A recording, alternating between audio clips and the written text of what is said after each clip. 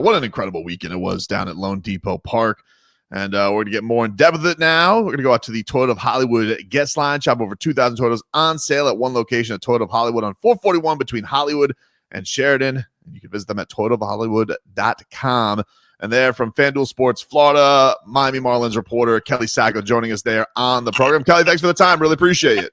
Oh, thanks for having me, guys. Excited to talk about the Marlins. Yeah, they're on fire right now. This was Kelly, that was an incredible weekend. Just all of it. Just, I guess, just big picture. Like, what did these 3 games feel like? Because the atmosphere was incredible. The guys were, just up for the challenge. They've been playing incredible right now. What stood out to you from this weekend? I think a little bit of everything. Really, the way that this young team handled that environment was just bar none. They saw that, and they saw that as an opportunity to be like, okay, hey, we've got this audience. Let's show everybody what we've already known all season. We are a real baseball team. We are a good baseball team. And now we're going to prove it in front of everyone. That's exactly what they did.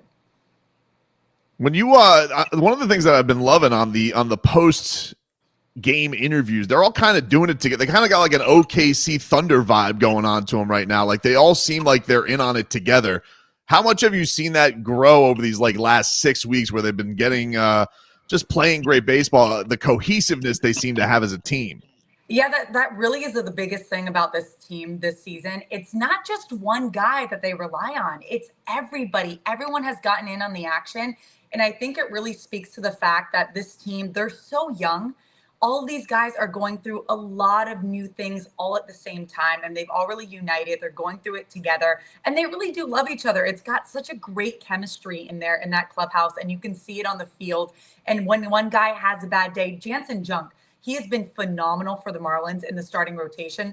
Was originally supposed to be a guy out of the bullpen, came out on that Friday night game, struggled, gave up the 6 runs against the Yankees, but his hitters picked him up in that situation. This is a guy whose pitching had been phenomenal, and he had picked up the hitters in the first time. So it's like when one guy has a bad game, there's always going to be somebody new to pick them up. So again, it's not just the same guy that we're interviewing, we're talking to every single day. It's really up and down that lineup. Off the bench, a guy like Javi Sanoja, who is, my God, he's 150 pounds soaking wet, guys. He hit 2 home runs, one right down the right field line, another one right down the left field line in that big win on Friday. I mean, it's somebody different every single day, and it's really been so much fun. Again, this is a group that really loves each other. They support each other, and that's a really big reason why they're having so much success, because, they're really behind each other day in and day out. Kelly, do you kind of have the feeling that this is going to be like not a short-term thing? Because we've seen the Marlins over the years, soon as a young prospect or a young player starts to find his way and gets really good, then we trade him for new prospects, and the prospects never pan out, very rarely. Does this look like a team or organization that says, you know what, we got some young players, they're all starting to grow together, let's see where this goes? What you're looking at are the prospects that we got from all the trades that they made last year. Right. And that's speaking towards it. This is Peter and his team deserve so much credit. Absolutely. I understand. Listen, everyone understands the fans' frustration. I was born and raised here in South Florida, in Miami. So we get it. We understand that, okay, you're trading everyone over. Is this actually going to work this time? Everyone understands the frustration. But Peter and his team really hit. I mean, look what they got. Trevor Rogers, love him to death, having a good season. He's starting to turn things around with Baltimore. We got Kyle Stowers. We got Connor Norby. And we got another guy in that trade. And look at what a big piece. Connor Norby on the IL right now, out for the rest of the season. But Kyle Stowers has meant so much to this team, not just on what he's doing offensively, but also he's become such a leader in the turnaround. And these guys see things in these players that you don't necessarily see from the results. They like to look at things like chase rate, walk rate. A guy like Marcy, who came over in the Luis Arraez trade. This guy's been on base in his first 3 big league games 8 times. He's got 3 doubles and a triple. He's walked 5 times. I mean, it's incredible. Those are the things that they say, okay, we see the quality in these guys, and we're going to develop those because we believe that these qualities will add up to successful big league players, and we're starting to see it. Peter deserves a lot of credit. This coaching staff deserves a lot of credit. And of course, the players deserve a lot of credit because they're in there putting in the work. But again, you asked, is this going to be a long-term thing? Look at their minor leagues. We've got one of the best pitching staffs right now in Major League Baseball. That's really what they've been riding on over this last couple of months. Mm-hmm. We have even more pitching in the minor leagues. There's more guys coming up who are doing things that have never been done across Major League Baseball in the minor leagues. You got Thomas White, you got Robbie Snelling, guys who are waiting still for their opportunity, who are dominating at the minor league level. That's something this organization did not have in the past. They would have some pieces at the major league level, but they had nothing coming up behind them. So that's what Peter and his team has really done. They've stocked up that minor league level. So this could be a long-term thing and not just a short-term thing. What was the vibes like coming into Friday? Because we get the news that Sandy's not getting dealt, Edward Cabrera's not getting dealt, and so there is kind of a level of confidence that comes there from the front office too, that they're going to kind of roll the dice on this. So did you feel like, that meant something to the team that they kept? I know, Jesus Sanchez got dealt, but keeping Sandy, who's such a leader for this team, and Edward is having such a great season, what do you feel like that did for them? When you asked me that, I literally got chills because knowing how excited this group was to stay together, like I mentioned, they love each other. Sandy wants to be here. Edward Cabrera wants to be here. There are guys in the past didn't want to be here. These guys want to be in Miami. They believe in what they have going on here. When Sandy came into the clubhouse, he went straight into the offices, hugged all the coaches, hugged everyone. I have not seen such a happy Sandy Alcantara all season. He was so thrilled. And he has gone through so much, guys. Yeah. He's coming off Tommy John surgery. This is someone who has worked harder at taking care of his body and at his craft more than anyone I've ever seen. So coming back the way he did and the struggles he did was really not anticipated.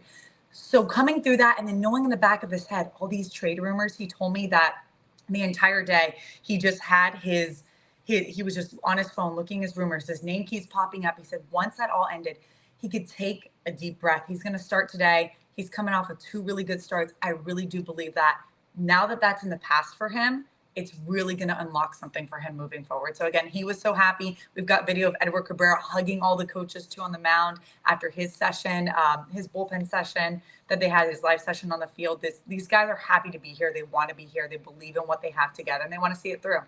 Can we stop saying same old Marlins? Because it does seem to be like they not only have a short-term plan, but it seems like they have a long-term plan. And even though they're considered to be a cheap franchise and not spending a lot of money, you can't be disappointed by the product. You can't you cannot watch the Marlins and be excited and enthusiastic and know that your team has a chance to win every night.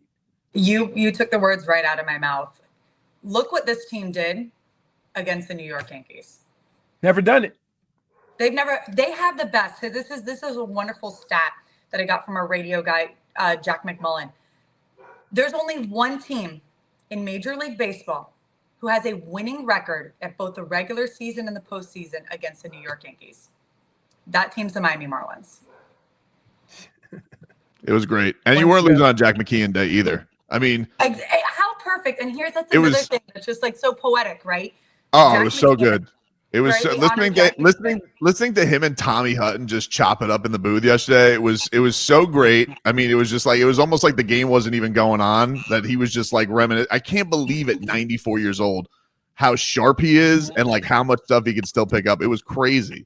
I love it. I talked to so many guys leading up to it. I talked to Juan Pierre. I talked to Dontrelle Willis just about the leader that Jack McKeon was, and they were just gushing about him. I told the story on air last night, but Dontrelle Willis, he was obviously a pivotal part of that 2003 World Series championship team, Rookie of the Year, an all-star, finished the regular season with like a 3.3 ERA.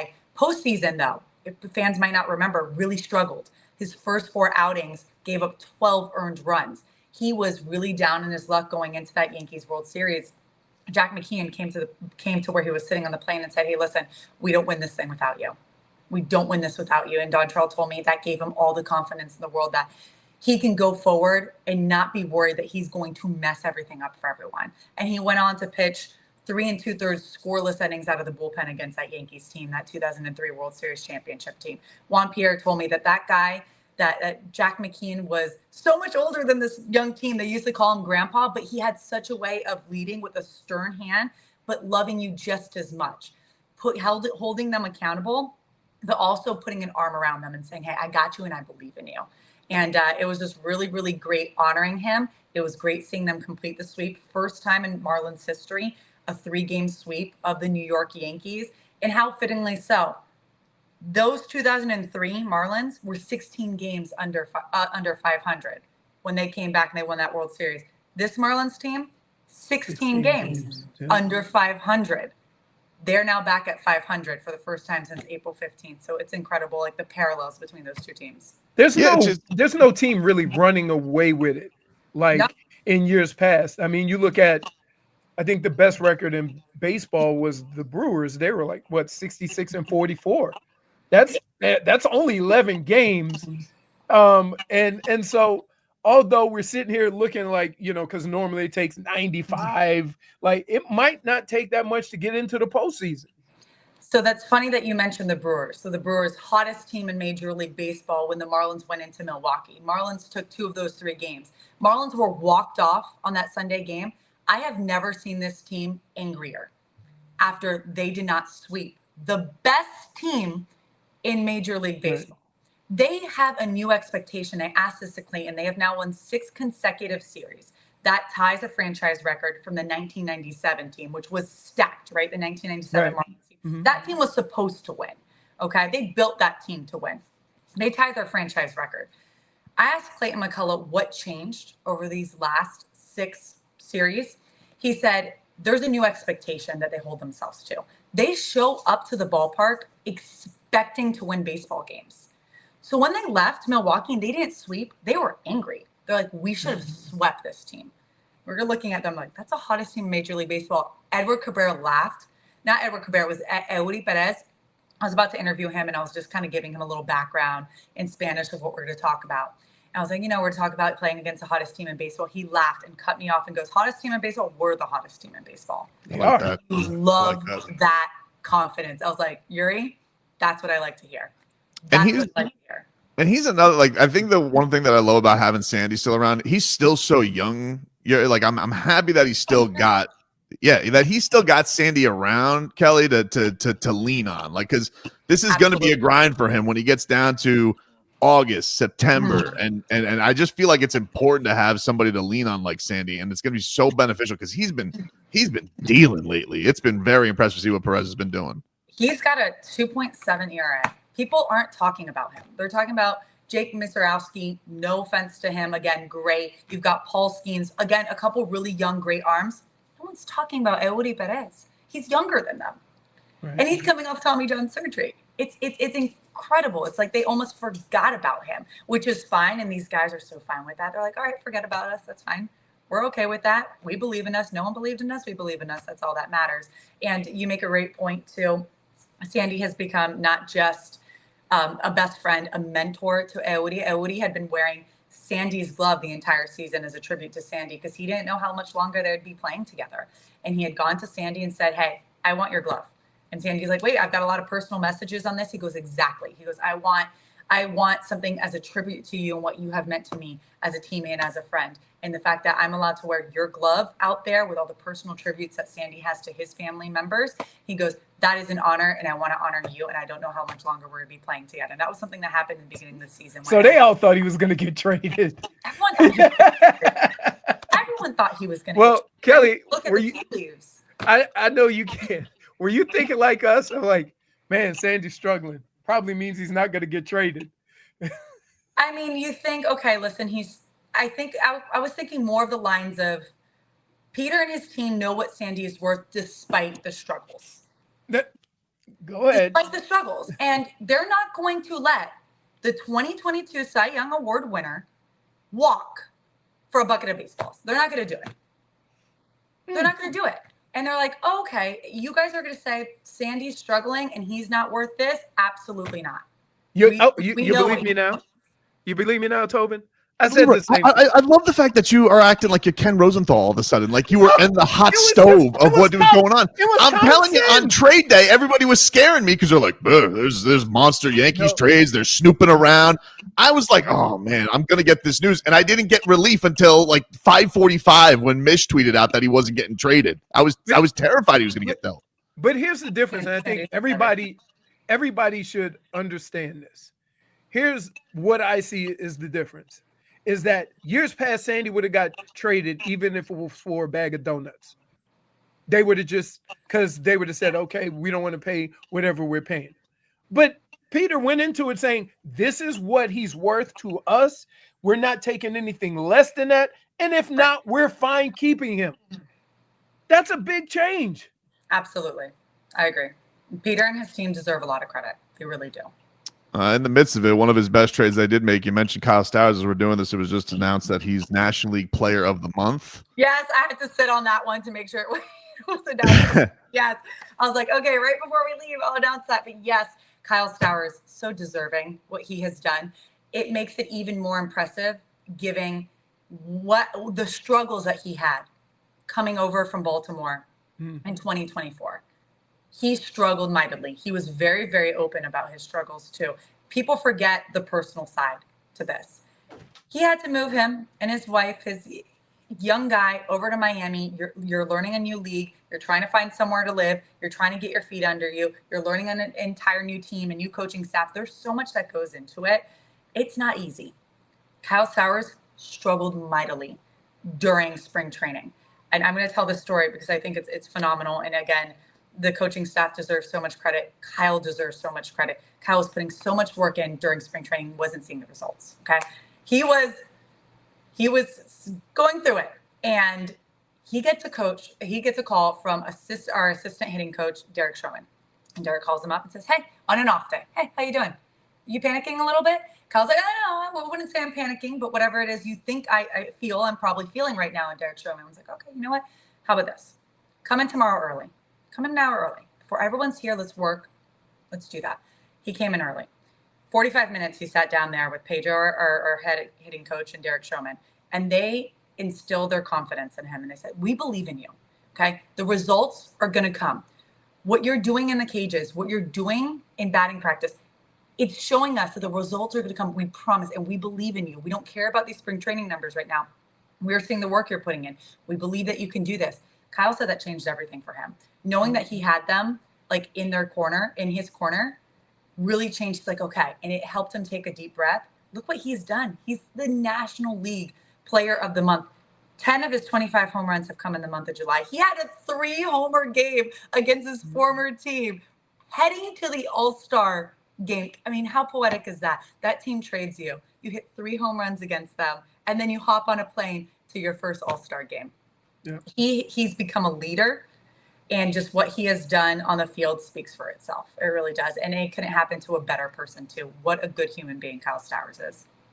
Kelly, we appreciate all the time. What can everybody check out from you this week on the Marlins broadcasts? I will be on radio for these next 3 games, which we're going to be hosting the Houston Astros. But I'll be back on the television side on a very long road trip. We'll have 5 games in 4 days from Atlanta. So hopefully the Marlins can keep things going. I definitely believe they can. Well, you do awesome work. Go check her out on the Marlins broadcast this weekend on the radio side of things, and then on FanDuel Sports Florida as well. You got Marlins and Astros tonight. Sandman on the hill. Kelly, thank you for the time. Really appreciate it. Thanks for having me, guys.